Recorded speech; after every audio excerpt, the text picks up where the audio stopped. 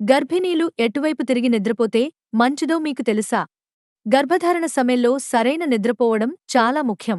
ఎందుకంటే ఇది తల్లి ఆరోగ్యానికే కాదు, బిడ్డ ఎదుగుదలకు ప్రభావం చూపుతుంది. వైద్యుల సూచన ప్రకారం ఎడమవైపు తిరిగి పడుకోవడం గర్భిణీలకు అత్యంత మంచిది.